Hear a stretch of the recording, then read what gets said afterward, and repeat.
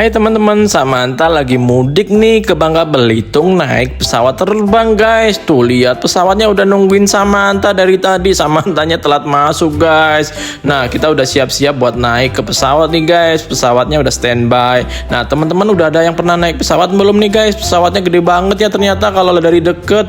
Kalau dari jauh kelihatannya kecil banget ya. Oke deh kita masuk dulu guys. Nah di pesawat kita udah standby. Samantha paling suka kursi yang deket dari jendela guys, karena bisa lihat-lihat keluar, enak banget, pemandangannya bagus-bagus tuh guys. Bisa lihat di luar ada pesawat lain yang ada di sebelah kita tuh, gede banget ternyata ya guys ya. Teman-teman ada yang mudik gak nih? Mudik kemana? Terus naik apa nih? Kalau Samantha naik pesawat guys, 2 kali naik pesawatnya capek banget kan. Kasihan juga nih adik Audrey, udah gak sabar pengen nyampe saja, tapi kan perjalanan jauh guys, 2 jam kalau naik pesawat ke Bangka Belitung.